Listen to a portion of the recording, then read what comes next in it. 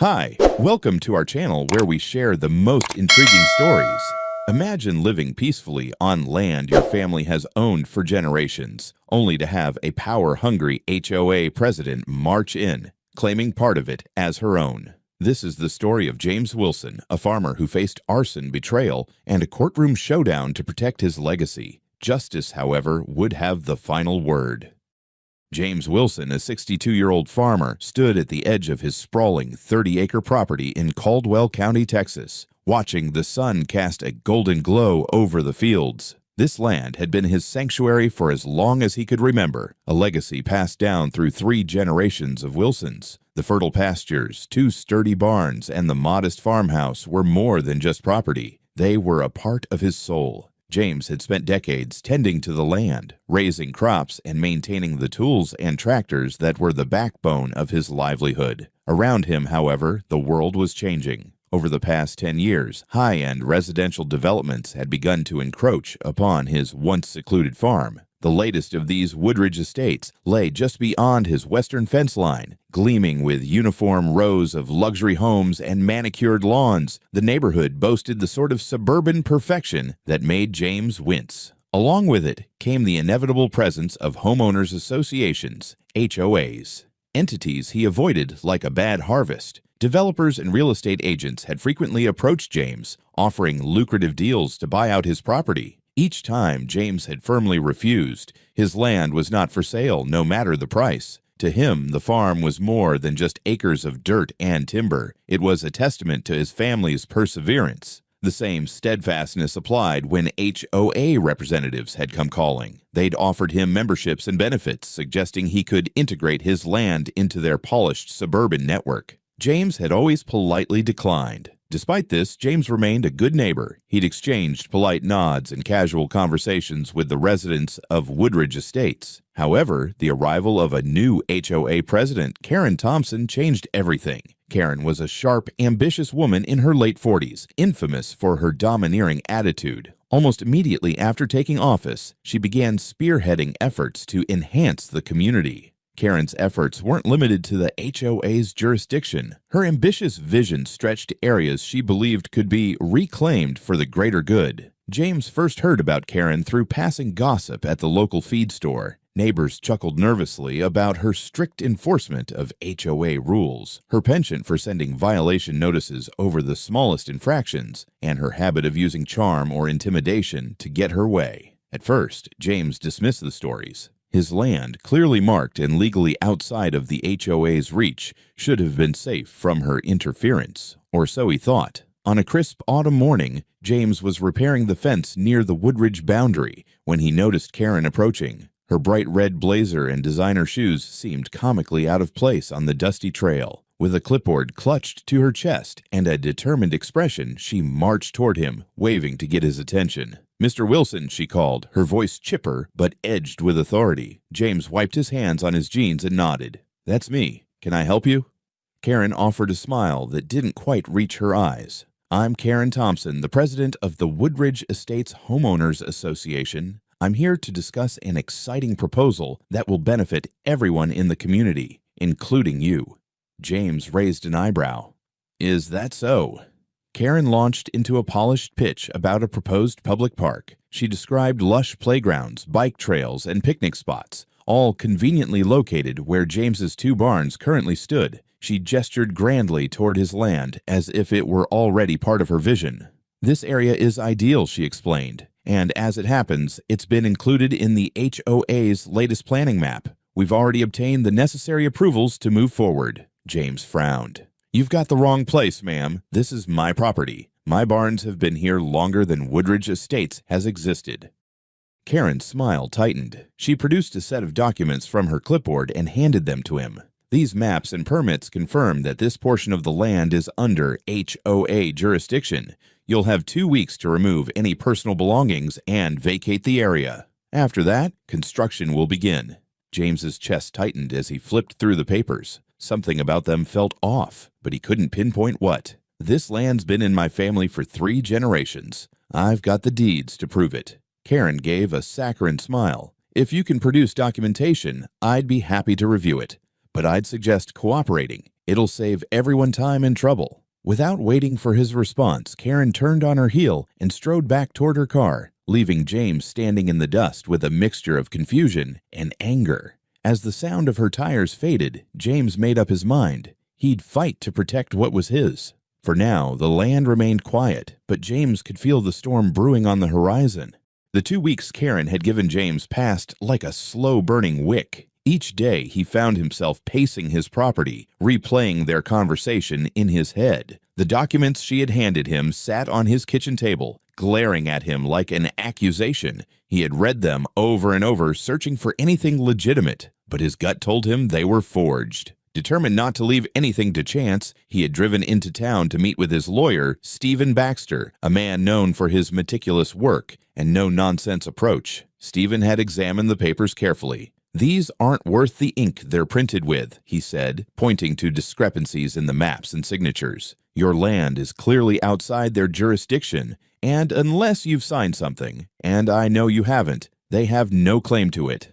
Relief washed over James, but Stephen wasn't finished. "That said, I'd recommend covering your bases.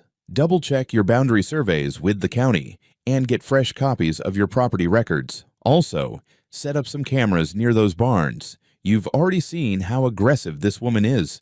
Better to be prepared." James followed Stephen's advice to the letter. He spent the next few days setting up motion sensor cameras around his property and filing requests at the county clerk's office for updated property records. By the end of the week, he had solid proof that his land was his alone. Yet something about Karen's confidence unsettled him. People like her didn't back down easily. On the 14th day, James woke early to the sound of heavy machinery. The low rumble of engines and the metallic clank of equipment echoed through the crisp morning air. He hurried to his barns and froze at the sight before him. 3 large trucks and a bulldozer were parked near the edge of his property, surrounded by a crew of workers in bright orange vests. Among them stood Karen, clipboard in hand, issuing instructions with the air of someone who owned the world.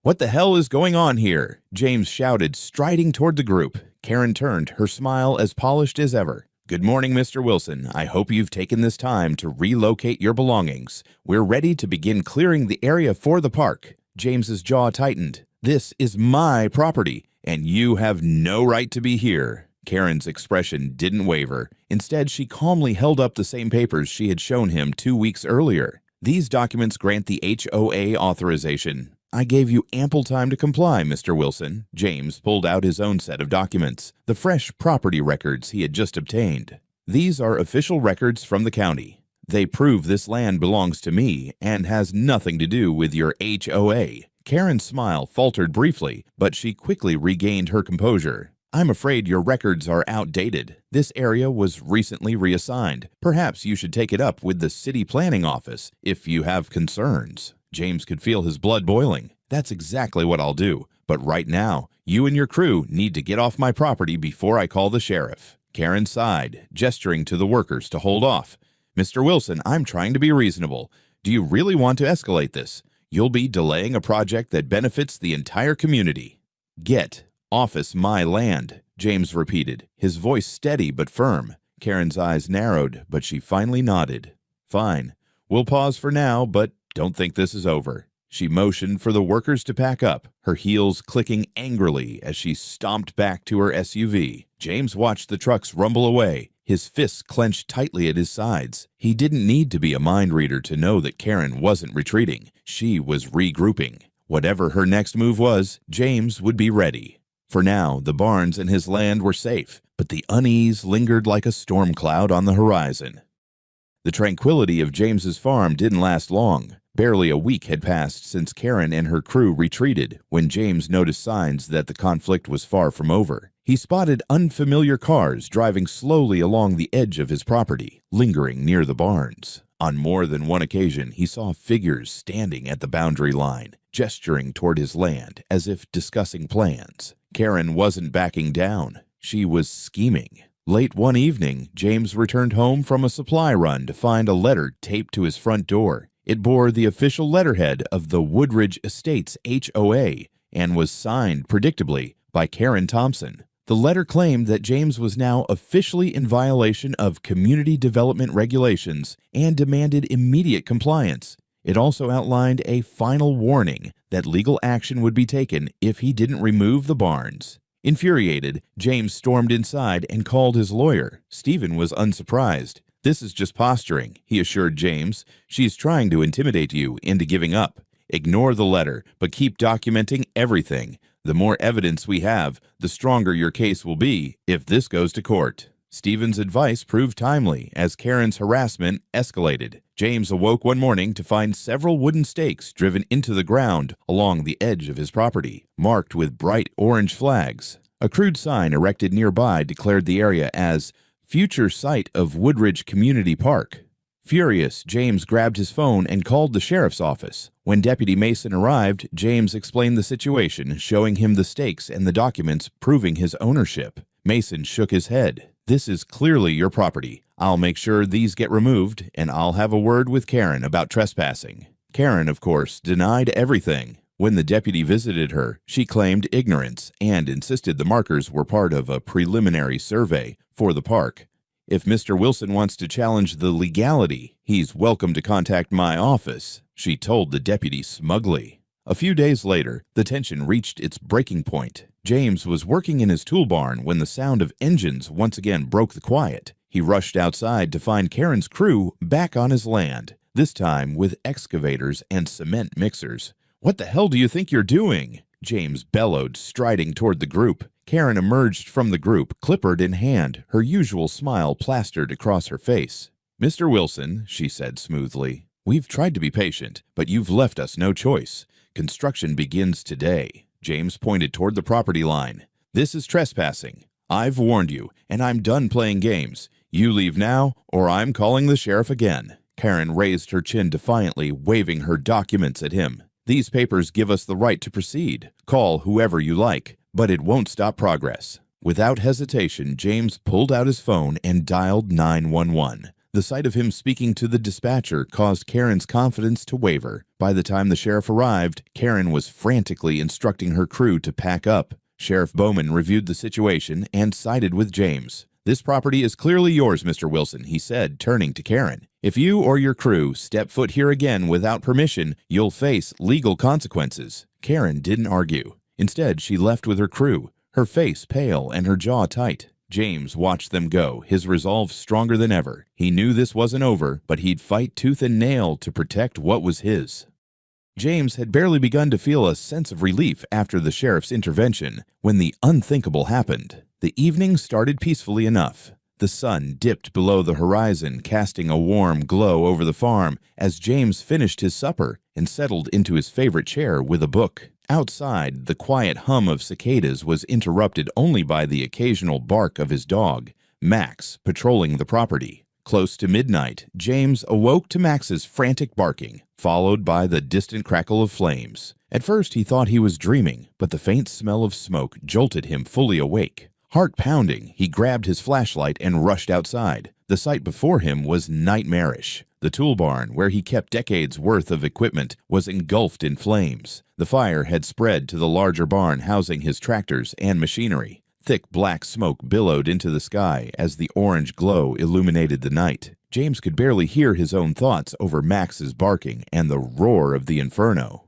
"Dear God," James muttered as he fumbled for his phone and dialed 911. Within minutes, the Caldwell County Fire Department arrived, their sirens piercing the darkness. Firefighters worked tirelessly to contain the blaze, but it was clear the barns were a total loss. James stood helplessly, watching as years of hard work and investment were reduced to ash. The air was thick with the acrid stench of burned wood and scorched metal. As the firefighters doused the last of the flames, one of them approached James. "It looks deliberate," the firefighter said grimly. "There are signs of accelerants. Do you have security cameras?" The words hit James like a bolt of lightning. The cameras! He had installed them just weeks ago. Without waiting for daylight, James rushed back into the house, loaded the footage onto his laptop, and began scanning through the recordings. His stomach churned as he watched the scene unfold. At 11:42 p.m., a car pulled up near the barns. Even in the grainy footage, James recognized the sleek shape of Karen Thompson's vehicle. 3 masked figures stepped out, carrying containers of what appeared to be gasoline. The video captured them dousing the area near the barns and tossing lit matches into the straw bales. The fire spread rapidly, and within minutes they were gone. James stared at the screen, his hands trembling. There was no doubt now. This was no accident. It was an act of pure malice. And Karen, whether directly or indirectly, was behind it. At sunrise, James met with the sheriff and handed over the footage. Sheriff Bowman's face darkened as he watched the video.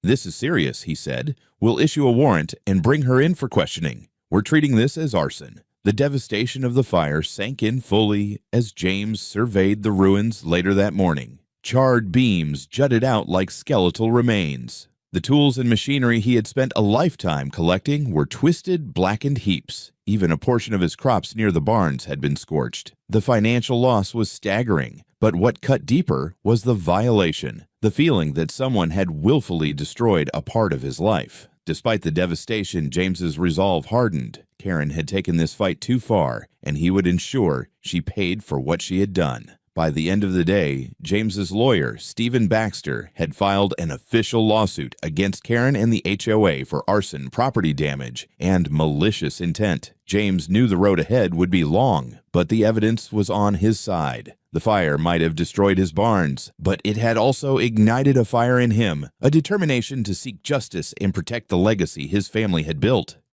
The morning after the fire, James sat in his lawyer's office, the smell of smoke still clinging to his jacket. Stephen Baxter leaned over his desk, carefully reviewing the security footage. As the video played, his expression grew darker. "This is damning," Stephen said, pausing the footage at the moment Karen's car appeared. "There's no question about her involvement. This gives us leverage not only in the civil case, but also for criminal charges. Arson is a serious offense." Stephen immediately filed a lawsuit against Karen and the HOA, citing arson, trespassing, and property destruction. At the same time, the sheriff's department officially launched a criminal investigation. They issued subpoenas for Karen's phone records and financial transactions, searching for any links to the masked accomplices seen on the footage. Meanwhile, James worked tirelessly to compile evidence. He retrieved decades of deeds, property records, and maintenance receipts to establish the value of the barns and equipment lost in the fire. His neighbors, many of whom had remained silent during earlier confrontations, began to come forward. Some expressed outrage at Karen's actions, while others shared their own grievances about her authoritarian behavior within the HOA. "She's been overstepping for years," said one neighbor, a middle-aged man named Tom. "Fines for ridiculous things, threats to sue if anyone pushed back. She's got a long history of bullying people." This flood of support bolstered James's confidence. His lawyer began collecting testimonies from these neighbors, building a broader narrative of Karen's abuse of power. It wasn't just about the fire anymore. It was about holding her accountable for a pattern of reckless behavior. As court dates were set, Karen attempted to deflect. She denied all involvement, claiming the security footage was misleading and insisting she had been home the night of the fire. But her bravado was beginning to crack under the weight of mounting evidence. Despite the emotional toll, James found solace in the solidarity of his community. For the first time in years, people seemed united, not just in opposing Karen, but in supporting his fight for justice. Though the road ahead promised to be grueling, James was ready. With evidence in hand and a community behind him, he prepared to take the fight to court. The courthouse buzzed with quiet anticipation as James Wilson stepped inside, his boots clicking softly against the polished floor. The trial against Karen Thompson and the Woodridge Estates HOA had drawn considerable attention, not just from neighbors, but also from local media. Reporters gathered near the steps, whispering about the footage of arson and Karen's history of overreach as HOA president. In the courtroom, Karen sat at the defendant's table, flanked by her legal team. Gone was her usual confidence. Her lips were pursed, and her eyes darted nervously. Her attorneys had attempted to suppress the damning security footage, but the judge had denied their motion, stating it was crucial to the case. James took his seat beside his lawyer, Stephen Baxter, whose meticulous preparation was about to pay off. As the trial began, the prosecution wasted no time presenting the evidence. The security footage played on a large screen, showing Karen's car pulling up near the barns and the masked individuals setting the fire. The courtroom fell silent except for the crackle of flames in the video. "Ladies and gentlemen," the prosecutor began, "this is not just a case of property damage. This is a deliberate act of arson carried out with malicious intent, orchestrated by someone who believed herself above the law." Karen's lawyers argued that she had no connection to the masked accomplices and that her car's presence near the scene was a coincidence. But the prosecution countered with phone records showing calls between Karen and one of the suspects mere hours before the fire. Financial statements revealed suspicious withdrawals that coincided with payments made to one of the accomplices. Next came the testimonies. James took the stand, recounting his interactions with Karen in vivid detail, the forged documents, the threats, and her blatant disregard for his ownership. "This wasn't just an attack on my property," James said, his voice steady but laced with emotion. "It was an attack on my family's legacy, on everything I've worked for my entire life." Several neighbors also testified, describing Karen's history of bullying and her relentless enforcement of HOA rules. One neighbor, Tom, shared how Karen had fined him for non-compliant landscaping, simply because he planted wildflowers instead of grass. "She used the HOA like a weapon," Tom said, his voice tinged with bitterness. Karen's defense tried to paint James as a stubborn landowner, unwilling to cooperate with progress, but their arguments fell flat against the mountain of evidence. By the time closing arguments were delivered, it was clear which way the case was leaning. The jury deliberated for less than a day. When they returned, the verdict was unanimous: guilty. Karen was convicted of arson, conspiracy, and fraud, and sentenced to 8 years in prison. Two of her accomplices received 5-year sentences each. The HOA, though not directly involved in the fire, was found liable for failing to supervise its president's actions and ordered to pay James $1 million in damages. As the judge delivered the final sentence, James felt a weight lift from his shoulders. Justice had been served, not just for him, but for every neighbor who had suffered under Karen's reign. Her power had crumbled, and the community could finally begin to heal. As Karen was led away in handcuffs, she glanced at James. Her once defiant expression was now replaced with something that resembled regret. But James didn't flinch. The woman who had nearly destroyed his life would now face the consequences of her actions. And for the first time in months, James felt a sense of peace returning to his land and his heart.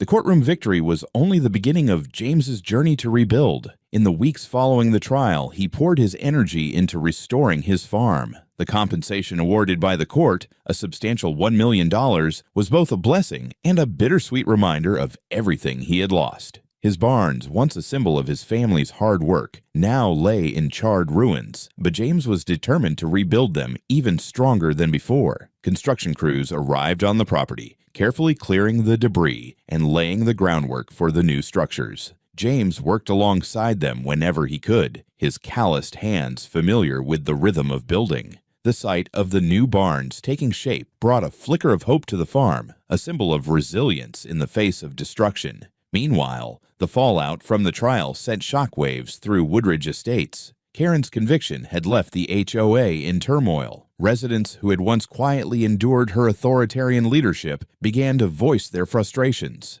At the next HOA meeting, a vote was held to dissolve the current leadership entirely. A new board was elected, composed of reform-minded members like Tom, the neighbor who had testified against Karen. One of the new board's first acts was to issue a formal apology to James. The letter, signed by the entire HOA board, acknowledged the harm caused by their failure to rein in Karen's behavior. "We cannot undo the damage, but we hope to rebuild trust with you and the community," it read. James accepted the apology, though he knew trust would take time. The community, however, began to rally around James. Neighbors who had once been strangers stopped by to offer help. Some brought meals, others offered to help with the rebuilding, and a few even donated tools and equipment to replace what had been lost. For the first time in years, James felt a sense of belonging, even with the encroaching suburbs. As the new barns neared completion, James invited his neighbors for an open house on his property. The gathering was small but meaningful, a chance to thank those who had supported him and to show that his farm was not only standing, but thriving. Karen's sentence and the HOA's reformation became a cautionary tale for the county. News of the trial and its outcome spread, prompting other communities to scrutinize their own leadership and practices. James had not just defended his property, he had sparked a larger conversation about accountability and fairness in suburban governance. By the time the last nail was driven into place on the rebuilt barns, James stood back and surveyed his land. The wounds of the past months were still healing, but the sight of the sturdy new structures filled him with pride. The legacy of his family was intact and justice had prevailed. Looking out over his restored farm, James felt a deep sense of peace. The fire had nearly destroyed everything he held dear, but it had also reignited a strength within him and a belief that no matter how daunting the battle, standing up for what's right was always worth it. Months after the trial, the scars left by Karen's actions had begun to fade, though the lessons they brought remained. The farm stood tall once again, its newly rebuilt barns gleaming under the Texas sun. James Wilson, now surrounded by a more supportive community, felt a renewed sense of purpose. His land was more than just his home. It was a symbol of resilience, a testament to the value of standing firm against injustice. Woodridge Estates, once dominated by Karen's overreach, had transformed. Under the new HOA leadership, a culture of fairness and transparency emerged. Residents who had once feared retaliation now collaborated on projects to improve the neighborhood in ways that respected everyone's property and individuality. James found himself surprisingly connected to this new spirit of neighborliness. Neighbors often stopped by for advice or to share a meal. His annual harvest festival, once a small family tradition, had grown into a community event. Children played near the fields, laughter filling the air as the farm became a gathering place for all. One evening, as the sun dipped below the horizon, James stood on his porch sipping coffee and watching a Max chase fireflies across the yard. The land was peaceful, the future bright. Justice had been served, and in its wake, both James and his neighbors had found something new: hope, unity, and the courage to protect what mattered most. The storm had passed, and a new dawn had arrived.